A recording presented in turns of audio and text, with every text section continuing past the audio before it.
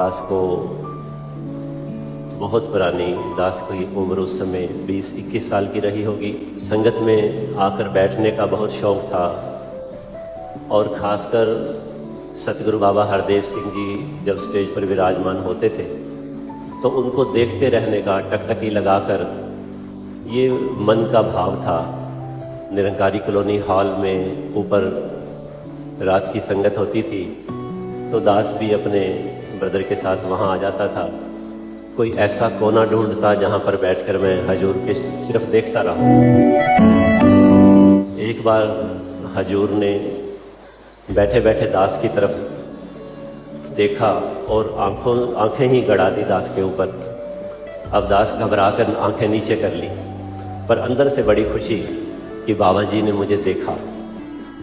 फिर थोड़ी देर बाद फिर ऐसा ही हुआ, बाबा जी ने जब अपनी आंखें उधर की, दास फिर उनका चेहरा देखने लग गया।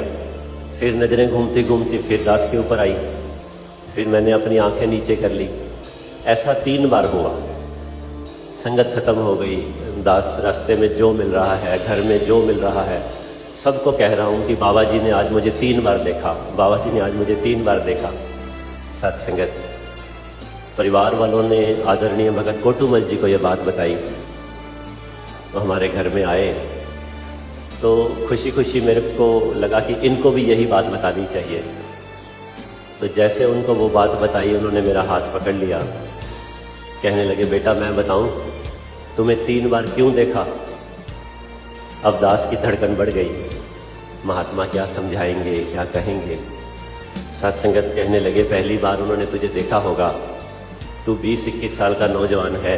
जब तू संगत में आने लगा, गेट पर जो महात्मा सेवा दल की वर्दी पहन के खड़े थे वो तेरे से कम डबल उम्र के होंगे। तेरे मन में ये भाव नहीं आया कि मैं 20 साल का, ये 40-45 साल के खड़े सेवा कर रहे हैं, मैं भी कोई सेवा मांग लूं।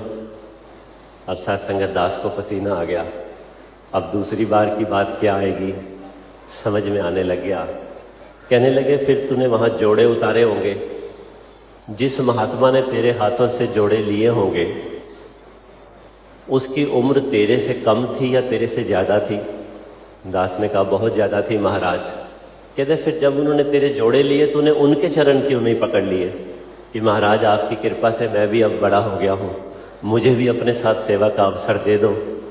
बस सत्संगत फिर ये बात आगे तीसरी पूछने की हिम्मत नहीं हुई। दास ने उनके चरणों पे सिर रख दिया और कहा, महाराज मुझे कृपा करो, सेवा पे लगा लो।